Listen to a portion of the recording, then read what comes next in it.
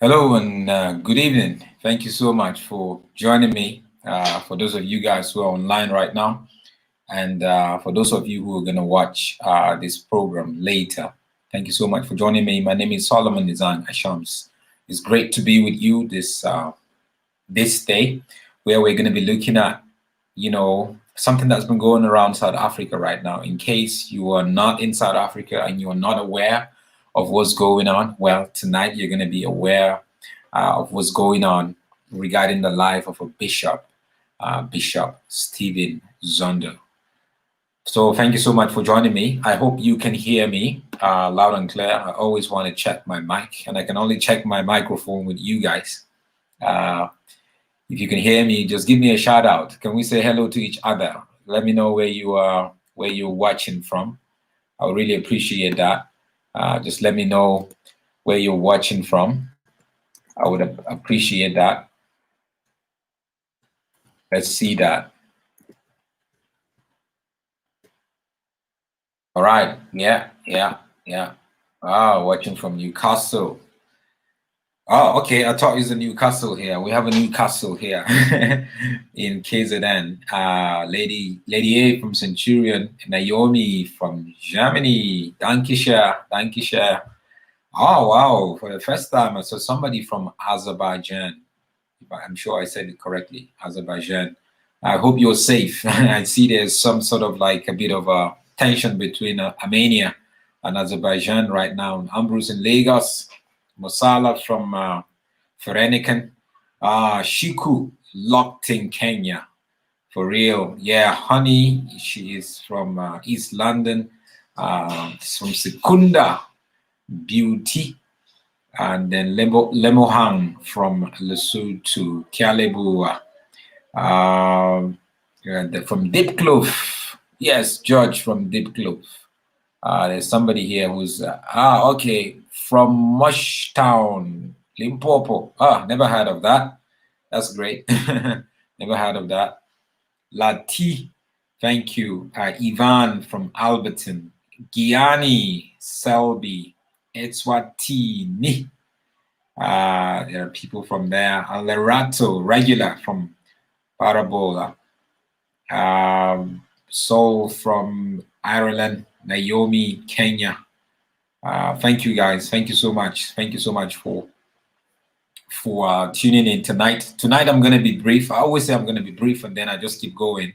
But tonight I hope I'm not going to go over 30 minutes because I'm just going to give you an update of something that I've been on for quite a while now. And tonight we're looking at Bishop Zondo exposed. Bishop Stephen Zondo exposed. Now, I maybe in the next few weeks I'm going to bring some of the people who have exposed them.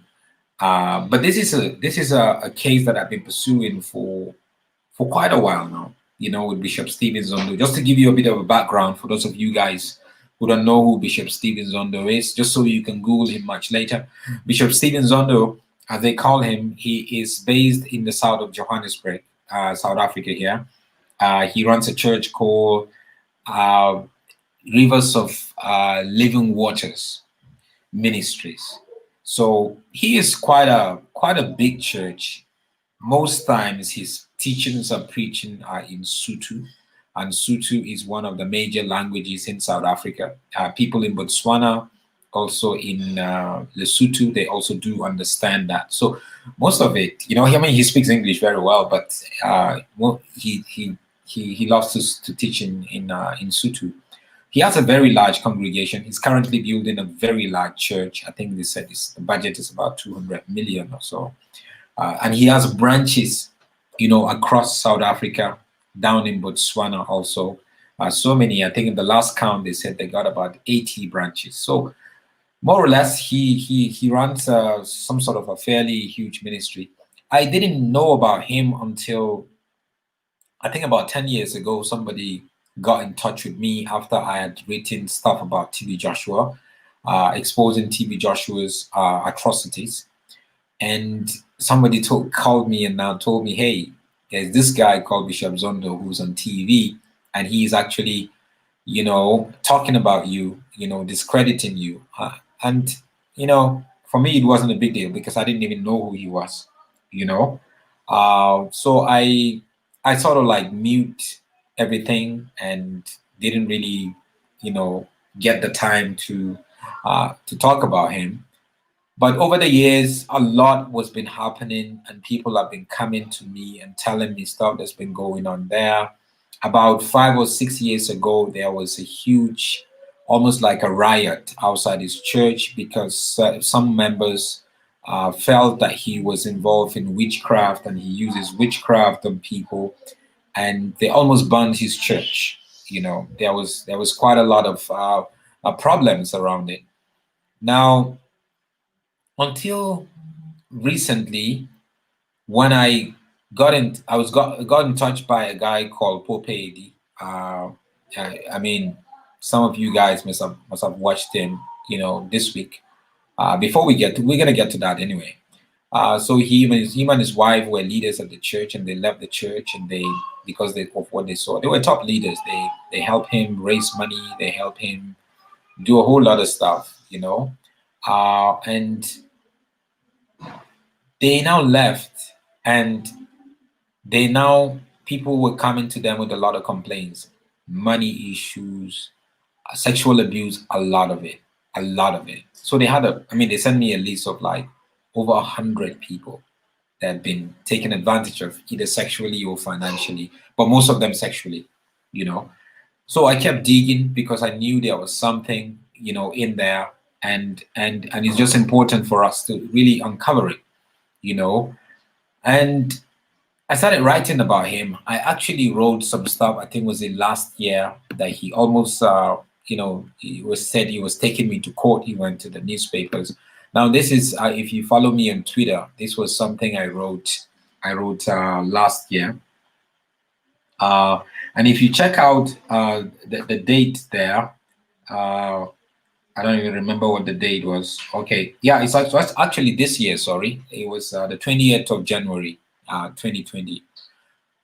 Now, if you check it out there, I said Bishop Zondo's wife has left the family house, and that was where the drama between him and I started this year, outside of the previous years. And in this case, that's Bishop Zondo with his wife, and he was involved with his HR manager Itumeleng, who he allegedly had been having sex in the church, outside of the church, in the church office. And her husband is also, a leader in the church, and that's what he does. So you can check this out. It's online. That's what Zondo does. And so now this is Bishop Zondo, for those of you guys who don't know him and haven't seen him before. So this is Bishop Stephen Zondo. Now, a lot of them, do take quite a lot of stuff. Hey, my family is just noisy here. Now, there's quite a lot of stuff that, I uncovered around him. And when I got to find that out, I became vocal about it, because there's quite a lot of stuff. We're gonna get to it. I'm building this up just so when we zoom into what has been happening this week, because this week all the victims and some of the victims that are agreed and are ready, they appeared before the CRL Rights Commission. Now, if you're not South African, you would be wondering, what is the CRL Rights Commission? Now, the CRL Rights Commission is almost like, it's not like the Charity Commission in the UK, but the CRL is Cultural, Religion, and Linguistics, right? Let me just write it down for you here, so you can see it and understand what I'm talking about. So it's called the CRL Commission. The CRL Commission, so it's Cultural, Religion, Linguistic Commission. So it was set up constitutionally to protect and to also regulate sort of culture, religion, and linguistics, right? So they have to make sure that if religion leaders are not doing what is right, they need to talk to them. Or if people are being taken advantage of through religion, they have to, but they also have to protect religion, that people do not abuse religion, people do not just abuse any religion because you're this religion and then you abuse other religion, all that kind of thing, but you tolerate and understand each other. And then there's culture, the different cultures in South Africa, they're also supposed to protect and also and help them. And then there's linguistics, obviously, when it comes to the different languages that's been spoken. So this week, the victims that Zondo has abused, and Zondo has, some of them, they appeared today, yesterday. Was it yesterday? Yeah, yesterday, Tuesday. Today, Wednesday. And tomorrow is going to be the last day, Thursday. Yeah, and I was at the hearing yesterday. So it's a hearing. The CRL Commission organizes a hearing. They had organized a hearing even for Prophet Bushiri. Some people call him Prophet Bushiri, but for me, he's a charlatan.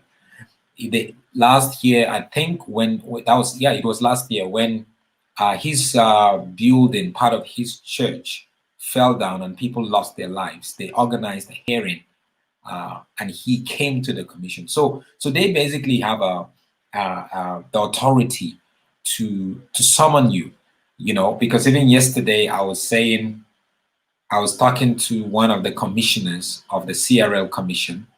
Now they're talking to the victims Tuesday, Wednesday, today, and tomorrow, the last day, Thursday. Now they would have to give him an opportunity to come answer the allegations or what was said by the victims. And it's only right to do that.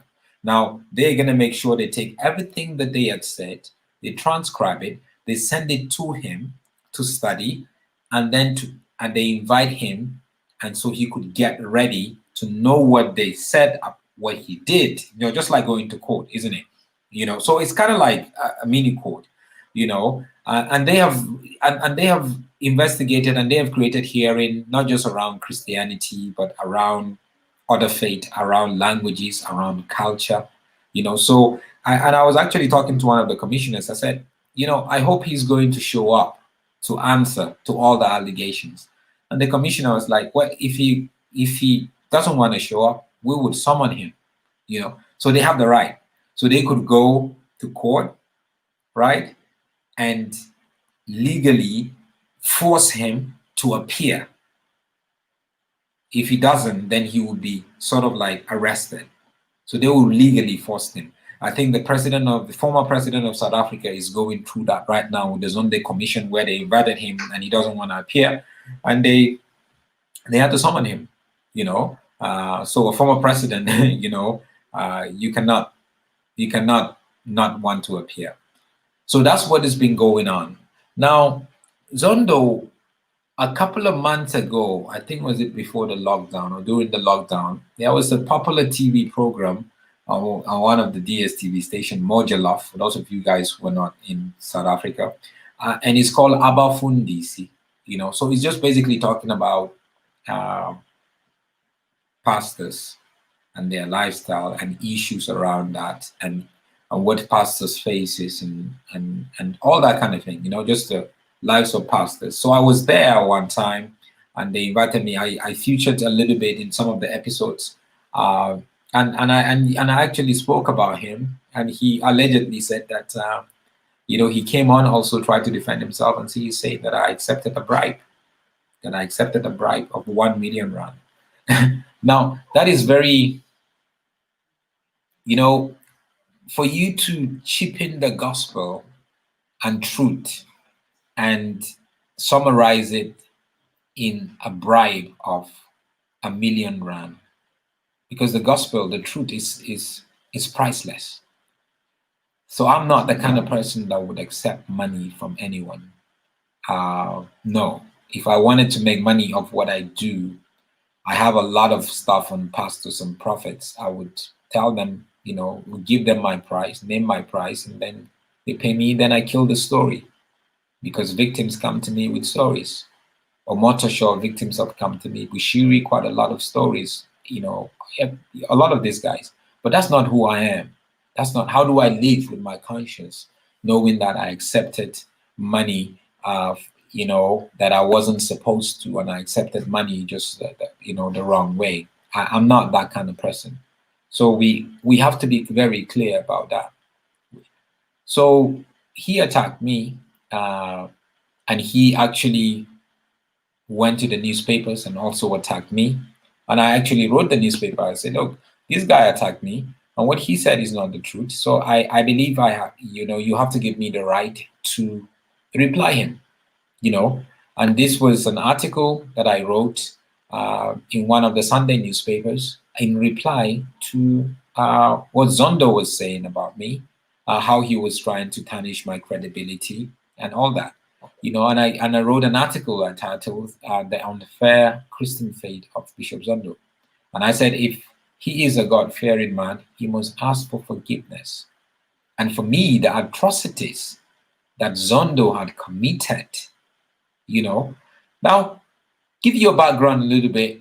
Bishop Zondo, as they call him himself, he's been close to TB Joshua, I think, for the last 20 years. He used to take trips down to TB Joshua in Lagos quite a lot. He used to take groups to TB Joshua quite a lot because he was trying to tap into that miraculous, that they think that TB Joshua has, not knowing that all he does is just magic.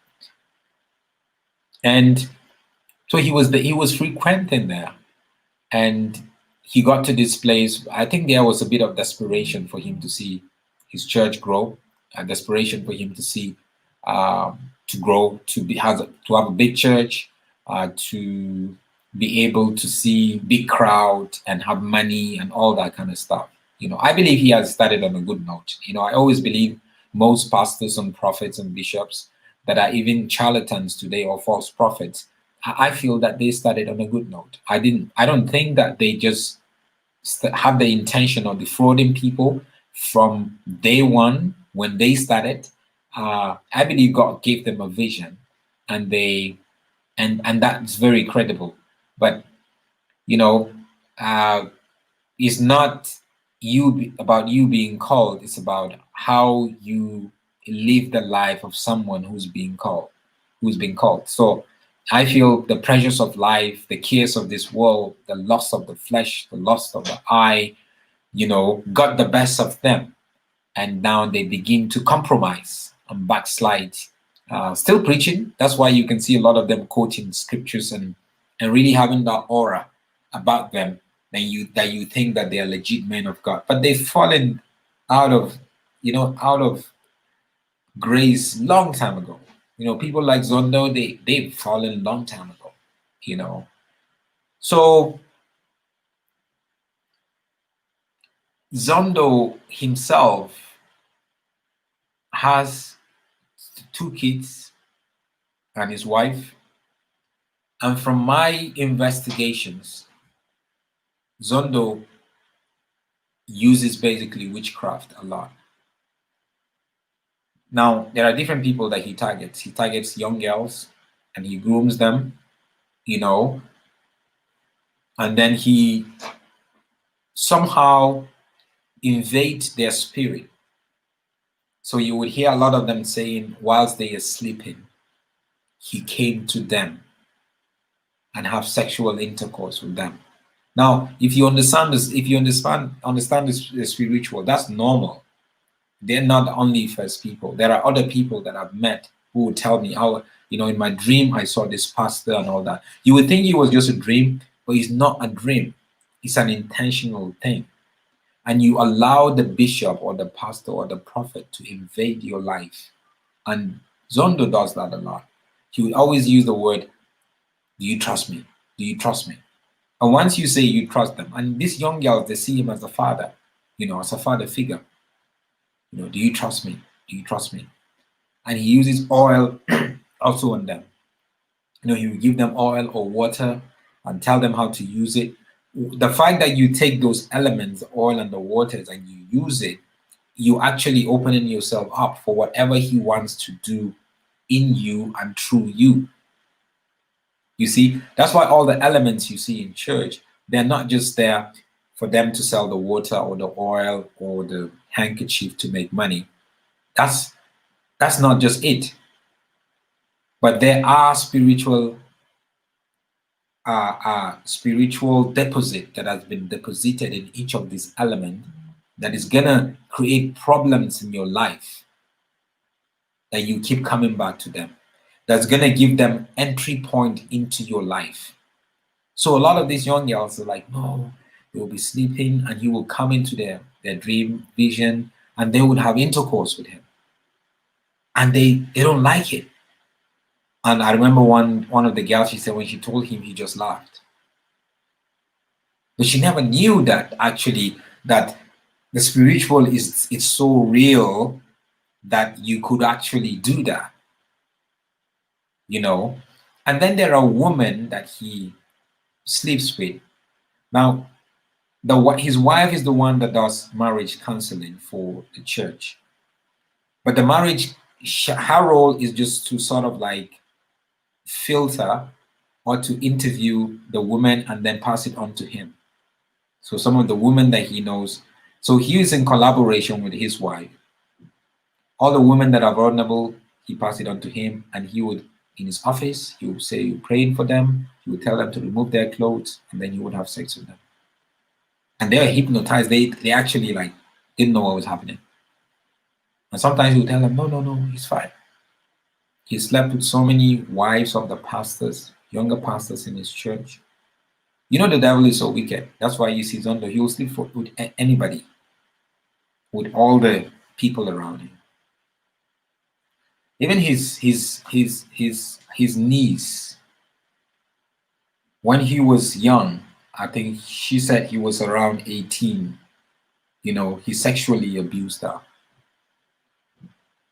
And she appeared at the commission yesterday. So the commission yesterday, we have Popedi and his wife. And Popedi was basically given an overview from a leader's perspective, a former leader's perspective. And his wife came and was given the overview of the monies, how Zondo spends money. Now, Rivers of Living Waters, which is ministries, which is a church that he runs, is actually structured in such a way that he's the owner.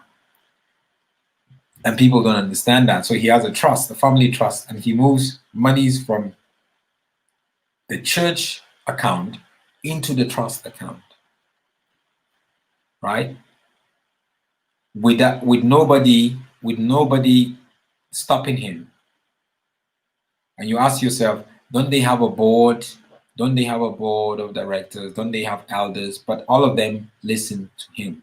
And if you don't want to adhere to instructions, what he is saying, then you get kicked out. And when you get kicked out, obviously, they kick you out and create certain lies around you to discredit you, to say you have a problem. And that's what happened to Popedi and his wife also.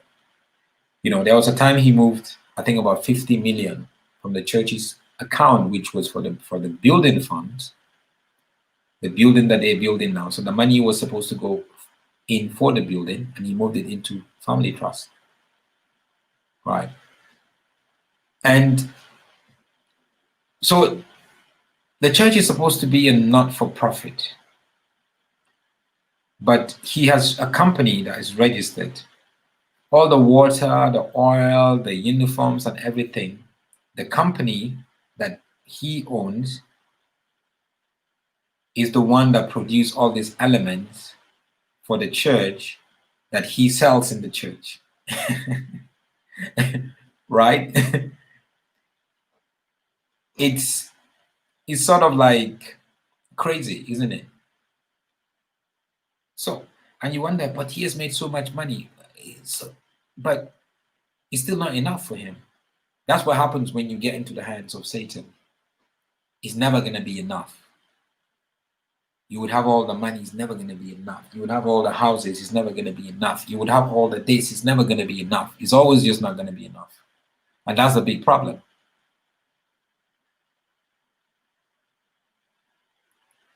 Now, he moves money. He creates dinner where people pay 20,000 for a seat for you to attend. golf day where you pay so much money. You would think you're giving to the church, but you are actually giving to him, to his business. He's the one that owes everything. And he follows young pastors, their wives. You know, there's one of the guys that gave a testimony, his own side of the story, where Zondo comes to his house, to his wife, you know, and he has all the spiritual powers. He's evil and everything. So let me just read something for you, just so you can understand what I'm talking about. So one of the victims, who is also, like I told you, the niece of Bishop Zondo, she said, a teenage Zondo was like 18 then, he raped her when she was just 7 years of age. That's what his niece said. 18 and he was 7, she was 7. And he gave me 1 rand and a handful of sweets and told me not to tell anyone, you know. And his sister also appeared at the commission yesterday. Her name is Kabo. She said, my mother's child is a snake. That is Zondo. He is a witch. My brother's church is that of the devil. That's his sister speaking. As women in South Africa, we pray that the justice system puts him in prison. Right? So there was, these are just I'm just giving you some sort of an overview, you know. There was also a mother that he allegedly slept with the mother, and then he slept with the daughter, and then he got the daughter pregnant. So that's how out of control Zondo is. And there's also somebody that said that he is a murderer. You know, she's a mother. So the allegations are too much. I mean, from your niece who said you raped her when she was 7, and she actually said, I remember we were playing in the yard with my friends, and Zondo called me inside the house to come wash his socks. When I got to the bathroom, there was no socks. I waited for him to bring the socks, but he came back a few minutes later and called me to the bedroom that belonged to our grandmother. She said he instructed her to lie on the bed before he removed her underwear. As I lay on the bed, he removed his pants, and I remember clearly he was wearing blue underwear. He removed his underwear and applied Vaseline on his genitals, as well as his this, and proceeded to rape me. This happened 3 more times before she decided to run away. She said, this affected me. I was a smart child, but after the incident, I couldn't pay attention in school, obviously, for a 7-year-old. I stopped attending family gatherings as I was afraid of him when I was older. So that's the what his niece, you know, was saying. Well, some of you will say, has he repented? Maybe he has repented. You know, if you repented, you know, it's easy. If you repented, you ask for forgiveness. Yes, you ask God for forgiveness, but you also ask your victims for forgiveness. Well, clearly he hasn't seek for forgiveness. And obviously, this has been troubling her. Yesterday, she was actually crying when she was testifying, when she was giving, you know, her side of the story, you know. So there was also Mofa King, who was introduced to the church by her aunt in 2008 rather. She said, Mofa King said she joined the church after being in an abusive relationship as she was starting to get over trauma until she was called to come to the church. Now, Mofa King, her first name is Bongi, you know. She said, the day I went to the church, I was made to wait in the room, and then one usher came in and told me to undress so that he could lather me with the anointing oil. And he does that a lot. I was shocked, but I undressed. She claimed this led to her having sexual dreams about Zondo and would regularly consult with him for guidance. In one of their meetings, Zondo allegedly raped her at the Formula One hotel in Southgate, Johannesburg, and allegedly offered her 75,000 rand for her silence. So you could see.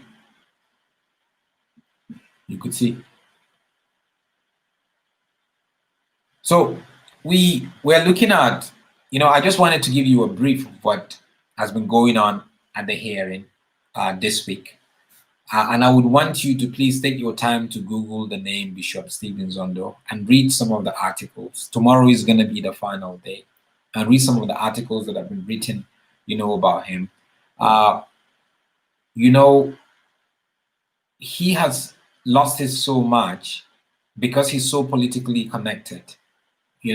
He's friends with a lot of the ANC leaders, some of the ministers, South African ministers, top politicians, celebrities, top businessmen. He's friends with them, and he rolled like that. And he's very arrogant also, because he has to use his arrogance to defend and to protect himself from whatever is going to be exposed concerning him. This is a man whose kids are totally gone off. His son doesn't do much at the church, but they pay him far more than almost everybody there. His daughter, sadly, she's become addicted to alcohol.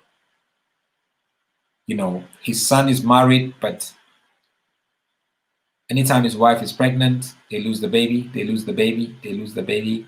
It's almost like 5-6 times now. All these things are not normal. They're not normal.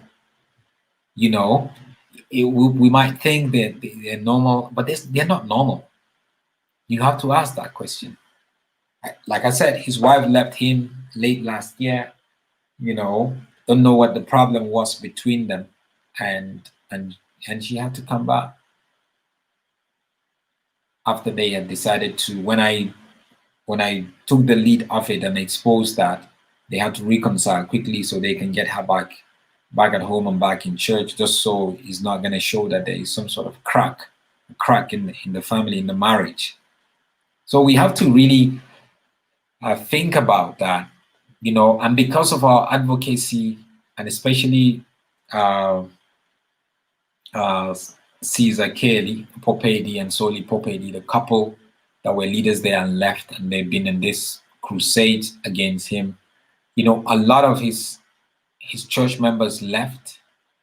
Even some of his church leaders, his branches in Botswana, some of them decided to disassociate themselves from Rivers of Living Waters, which is ministries, which is his church. Some churches in Limpopo decided to do that, because what you are looking at here, this man, you are seeing somebody who is as evil as you can get. As evil as you can get. Where he doesn't care even if lives are lost. He doesn't care even if lives are destroyed. Even if marriages, families are destroyed.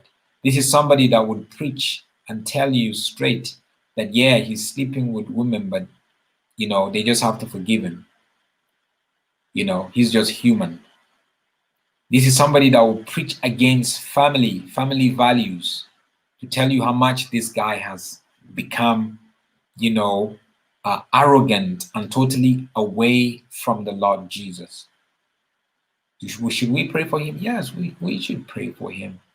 But at the end of the day, with the atrocities that this man has created, not just him, but him in conjunction with his wife. You see his wife, I tell people, a lot of these people, you think Bushiri's wife doesn't know what he's doing with women and what he's doing with money? She knows. Zondo's wife, you think they don't know? They don't just know, they are part of the scam. Omotoshaw's wife, you think they don't know? They know, they're part of the scam. So do not even think that the pastors' wives are innocent in this. No. If they're innocent and they have the Spirit of God, they would have left this man long time ago. They would have left their husband long time ago. They would have said, look, I'm going out of the house until you get your life in order. I'm not coming back. When you get your life in order, I'm coming back. I don't I'm not the kind of guy that advocates divorce or whatever, but there needs to be some sort of separation. But they sleep on the same bed. And women have that thing that they know what's going on. You don't need to tell them, they pick it up. That's sixth sense, you know. So she's not innocent. He's not innocent. He's a big, what do you call him? Big, charlatan. And he travels. And if you see him, he does events in stadiums sometimes. You have to understand who I'm talking about. For those of you guys who are not in South Africa, he's on TV, regularly. When he has an event, he brings people, ministers, even the president. There was a time that he had an event. He actually brought Bushiri and Mboro. By the way, I still owe you guys. I have an audio that I recorded. Mboro called me out of nowhere a couple of months ago, and he was just abusing me and all that. I recorded it, so I'm gonna maybe tomorrow or maybe next week, I'm gonna play it out for you guys to listen to. The character of such people. You think they're prophets, they're men of God, they're men of the cloth. No, they're not. They're not at all. So, the ground is gradually sinking with Zondo. His church members are living in drought. And he is beginning to feel he's not making enough money. He's going around shouting. But I think this week is one of the biggest assaults on his atrocities on the life of Zondo, because he's now all over the newspaper. He's there in the news. People are talking about it on TV. He's live on TV. Sometimes they talk about it. And his branches and his members are gradually living one by one, step by step. And that's what it is. That's very important. We have to be able to understand that. And you ask me, why do we do what we do? This is why we do what we do. To talk about issues like this, just so people would see the light and be able to know that, look, we need to change. We need to do things differently. As long as there are people like this, we'll keep talking about it. And because it's important. It's very, very important. So, Zondo,